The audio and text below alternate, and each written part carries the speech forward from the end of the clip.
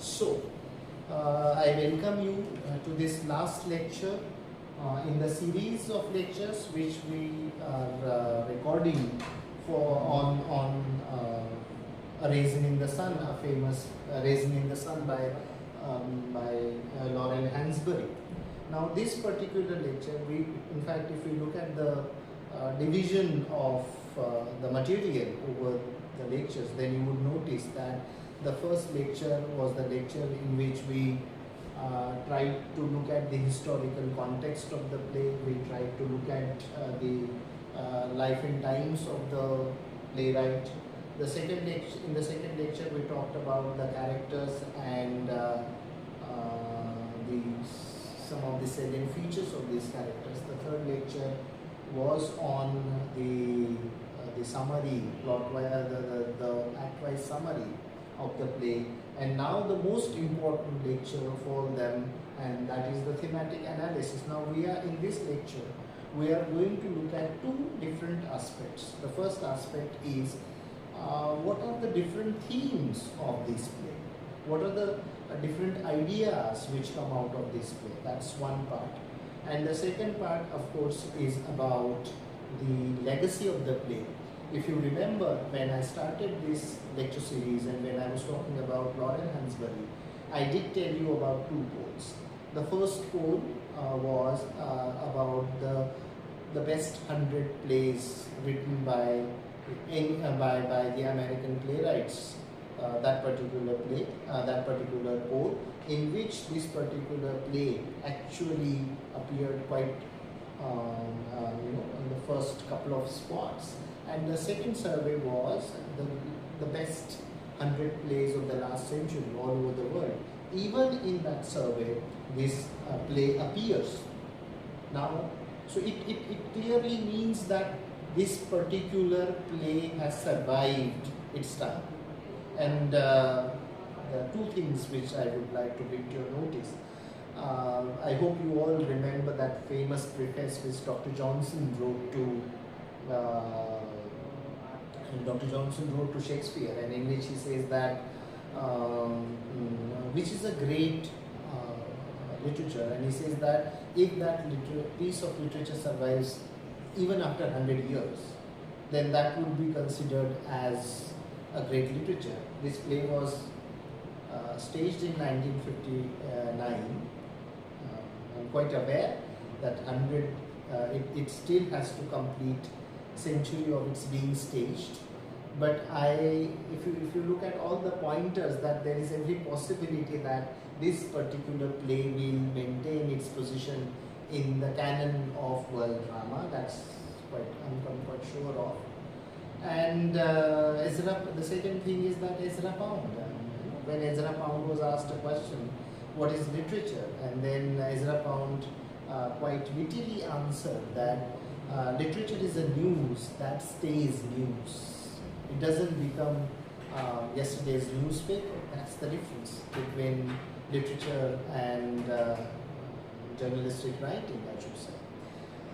So this particular play has remained relevant. Now, why has it remained relevant? This is something which we'll talk about in the second part of this particular lecture. So let us take a brief recap of what we have done so far. So when we talked about Lauren Hansberry, and do remember, Lauren Hansberry was an active civil rights, an activist in the civil rights movement.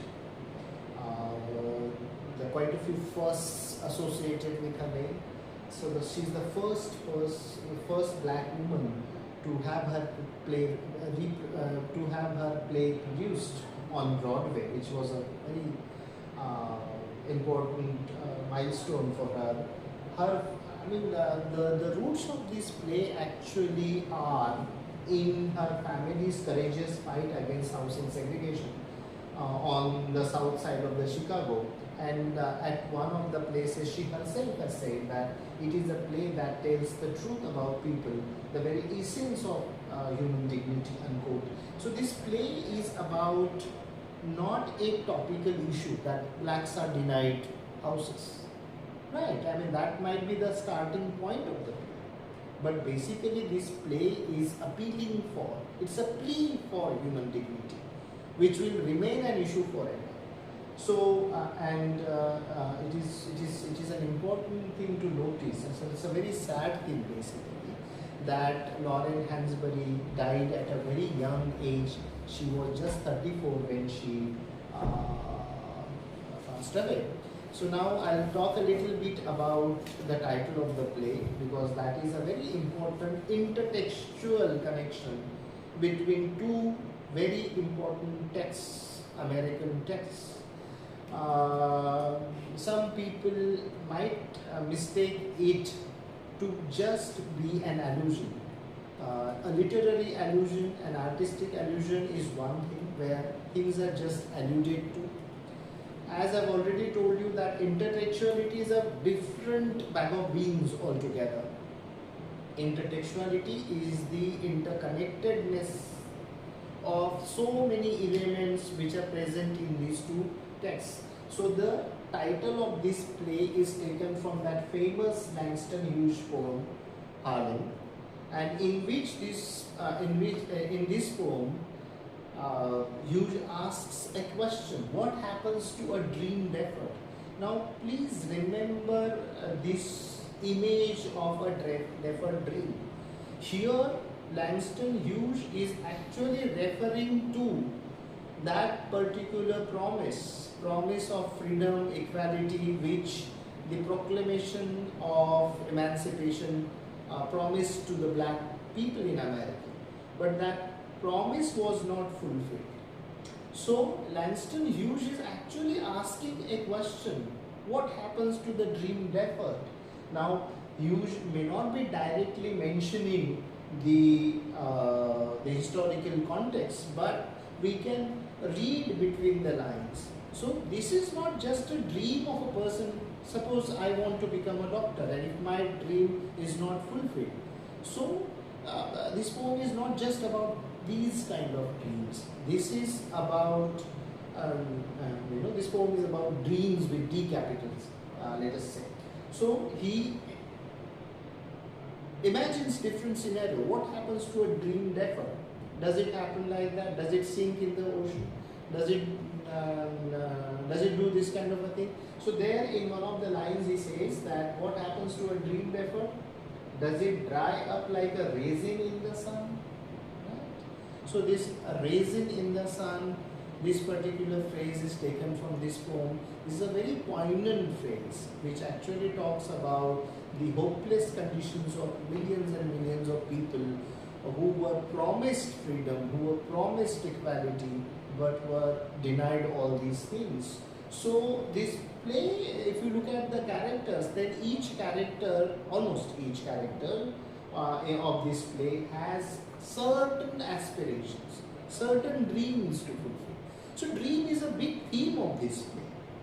Mama has a dream, she wants to buy a house so that she can ensure a better future for her coming generations. Walter wants to invest the money in the liquor business so that he ensures better future for the entire family. Ruth wants her husband to be happy, that is her dream. Benita wants to pursue medicine so that she can lead a dignified life. She wants equality, she wants justice in the society. Those are her dreams. So that actually lends this play universal resonance. Now what do I mean by this? This particular play transforms personal frustration into a collective cry for justice and human progress. As I've always repeated in my lectures that this play is not a topical play. Now what do I mean by a topical play? A topical play would be a play which would deal with a problem which existed in particular point in time, and it got resolved and the whole thing was done and dusted. Now this particular play apparently is about a family and their attempt of fulfilling dreams, but I would say that their lives, their aspirations, their dreams are not mere material dreams. These are universal emotions which they exude through their dreams, and that is why this particular play resonates with almost everybody. So dream is a major theme of this particular play. The second central idea, central theme, I would say, is the racial discrimination and housing segregation. Now, if you look at the historical context of the play, you would notice that this play, which was staged in 1959, is situated against the backdrop of the Jim Crow laws. Now, I've been repeating this formula again and again. When we talk about the situation of the Afro-American population in America, we have to take into account this chronology. Slavery, then there was Proclamation of Emancipation, 1863, followed by Civil War, followed by the promise of the Reconstruction, and then it was followed by the laws which are infamously called as the Jim Crow laws, which undid all the noble efforts which other Americans had taken up in order to create a just society, a society based on equality, fraternity, and peace. So, when this particular play was staged, at that time America was experiencing tremendous amount of racial discrimination and housing segregation. The Jim Crow laws actually ensured that the equality would be denied to the Afro-American population. It ensured that there would be different schools for them. It ensured that there would be different public amenities for these people.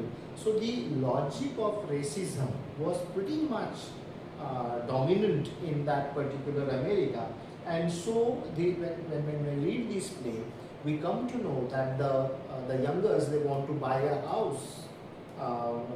One of the members actually wants to buy a house, and she wants to buy a decent house, and the only house available in her budget and expectations is the house available in Claiborne Park.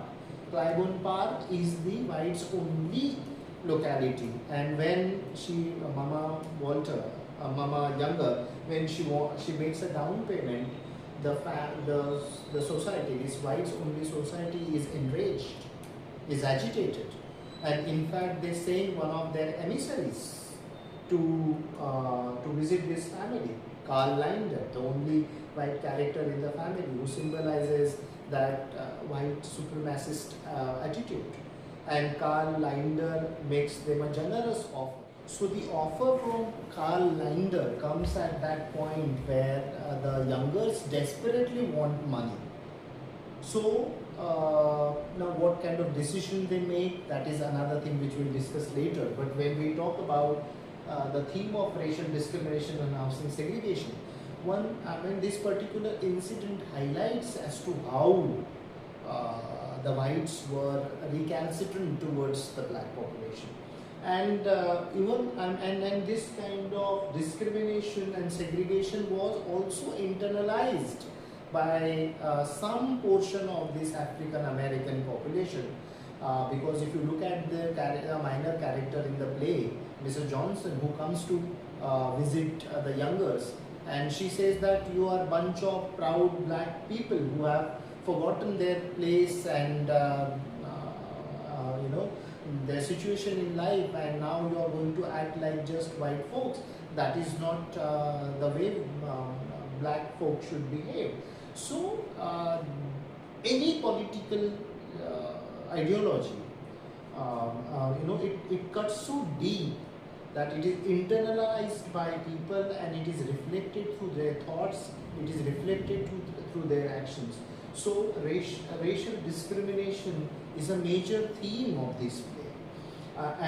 In fact, this play is, I won't be able to call it autobiographical, but the germ is autobiographical, because the Hansburys, they actually fought a landmark Supreme Court case against housing discrimination in the 1940s. So racial discrimination is a major theme in the play, which is pretty much apparent. Now the third theme of this important play is family. It's a bunch of sub themes actually: family, identity, and generational conflict. So let us talk about the generation conflict in the first place, and then we will talk about these remaining themes. Now, if you look at the characters of this play, then you will notice that these characters actually belong to three different generations. Mama, then this is the first generation. Second generation is Walter, Ruth, and Benita. And the third generation, of course, is Travis, the young boy, young kid in the family. There is one incident which I would like to bring to your notice where, the generational thing appears. Now, these three different generations of black Americans or African American population, they represent different values. For example, there is an incident in the play where Benita swears and Mama takes objection to it, and she says that I would not tolerate your behavior, and you should not take Lord's name in vain. So these are two different people, two different generations, and Benita fights back and she says that, yeah, I mean, we want salvation, but we don't want religious salvation, we want political salvation. Mama is of the belief that the African American population can improve their condition, can improve upon their condition by leaving their heathenism behind and accepting the Christian values. So now this was a particular approach of one generation of the Afro-American people, typically symbolized by Booker T. Washington, who believed in assimilationist policy, who wanted that we should get ourselves integrated in the larger American society. But Benita is a different breed altogether. She belongs to that generation who believes in equality, who believes in fighting for it, who's ready to pay the price for it, and that is why whatever baggage the traditions have handed over, they are ready to jettison the baggage and chart out their own territory. That is a theme of generational conflict which comes into being in the play. The second is the conversation between Walter and Benita, though they belong to the same generation, but being the male in the family, Walter is kind of dissuading Benita from pursuing medicine and advises her to do womanly things, to which Benita takes objections to. So this is how these three different generations have different ways of dealing with the problems of race, and their attitudes differ, and so a generational conflict is also pretty much evident in the play. Now, the sub-theme of identity is also very important in the play. Now, Benita's character actually brings it out to the fore. Benita, when she is dating that Nigerian student Asagai, who actually helps her to explore African heritage and self-definition, challenging the expectations placed on the black woman. For example, Benita has straightened her hair, right? And we already know how beauty, the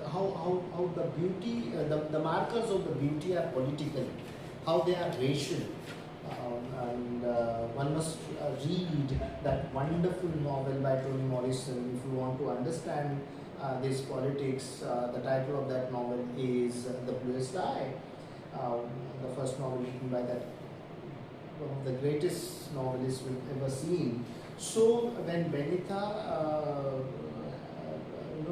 being an African American person, she has curly hair, but she wants to be a part of this new America, so she straightened her hair. And when Asagai comes to pay her a visit, and Asagai brings it to her notice that straightening her hair is not a good political choice. One should be proud of one's color, one's personality, one's culture, and Benitha tries to accept that.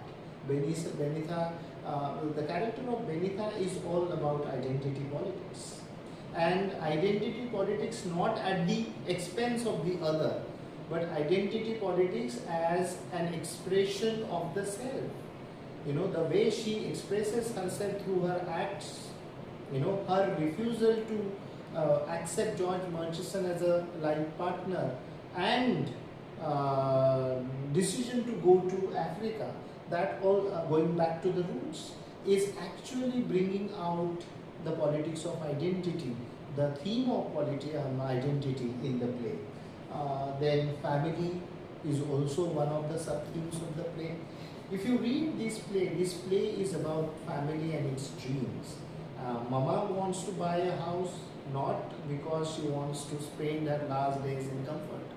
She wants to buy a house because she thinks that it is her responsibility to provide better future for the coming generations. So she's thinking about other people. Walter, though dreamer, impractical person, wants to buy a bigger house, but he wants to do that not just for his own betterment, but he wants to do it so that the family can see better days. Ruth is always thinking about her husband, but her thinking about her husband is not only a thinking of husband and wife, but she thinks that there are two things which are missing in his life: happiness and confidence. If he's given the opportunity, he might rediscover himself, and she's also always thinking about the family. Mama sacrifice, Benitha and all these people, they also bring together this element, and they always are ready to face the odds. And when they lose money, and when Karl Linder comes to buy them out, at that time they stand as a family. When they make a decision to move to the Clybourne Park, they move, the decision is made unanimously by the family. So family is a very central theme of this particular play. Now, as decided, so some of these are very important themes when we read this play. But are these the only themes of the play? No, of course not. I keep saying this, that thank God we are not doing mathematics or science, because they have limited answers. We always have unlimited answers. So if you read this play, and if you get a particular point of entry into the text, and if you could find a new idea, and the only condition is that you should be able to sustain your position logically. That this is what I think about the play, and this is the theme of the play, and these are the arguments which actually sustain my position. If you could do that, then that would be great, right? So now let us talk about the enduring legacy of this play. This play has survived its time. No wonder that when this play was staged, it was hailed as a contemporary classic. Great African American thinkers of the time, writers of the time, they appreciated the play, they spoke very highly about the play, but then that was in the 50s and the 60s. Now, technically segregation is gone, technically racial discrimination is gone, yet this play has remained relevant. Now, why has this play remained relevant?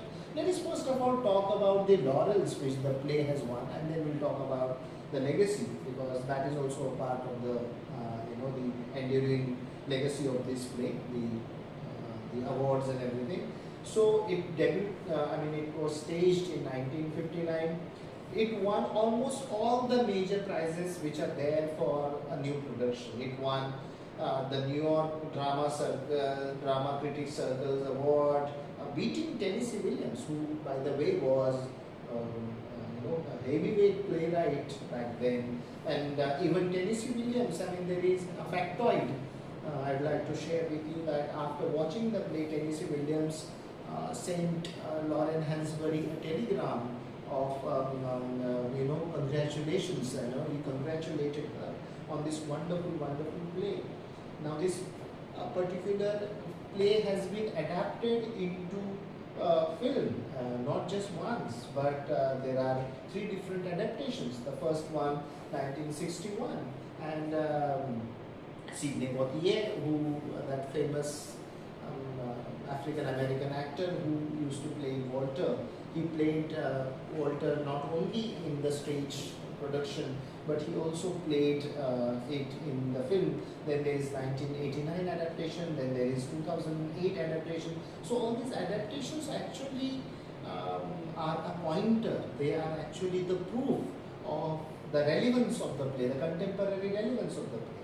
And there have been several Broadway revivals as well. It was the recent ones are in 2004, 2014, 2022, and even these revivals actually confirm the timeless power of this play.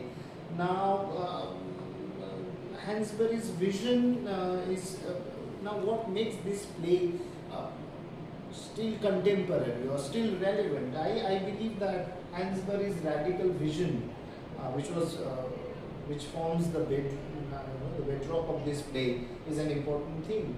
She has critiqued capitalism and employment discrimination centering on the voices of the black working class. She has always criticized global imperialism, and she always believed that art is as a means of activism. So all these things actually make this play a very topical play.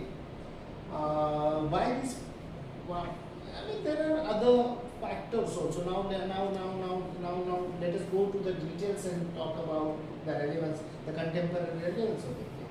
This play is relevant because racial inequality and dreams deferred remain urgent realities.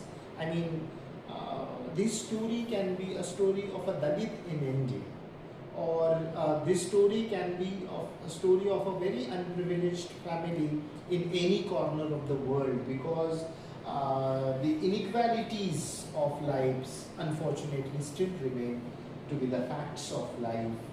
Then it talks about the systematic barriers which stop a particular group of population, the disenfranchised people, situated in the margins of the history, as Gramsci would say. These disenfranchised people, they have to face systematic barriers. I believe that anybody would resonate with this play because people are facing so many systematic barriers in their lives. The play is about empathy and resilience. The choices which the youngers make, it is a sign of resilience, and resilience is the only wherewithal we have on the basis of which we can face the humiliation, the indignity, the different kinds of segregation which the underprivileged people have to face. And it's a timeless story basically, because it's a story of a family. Everybody wants to know about what happens to the family values are at the core. So this is a very beautifully, this play has been crafted by Lauren Hansberry. So dear friends, in these last 4 lectures we tried to discuss this play. We tried to look at the different aspects of this play.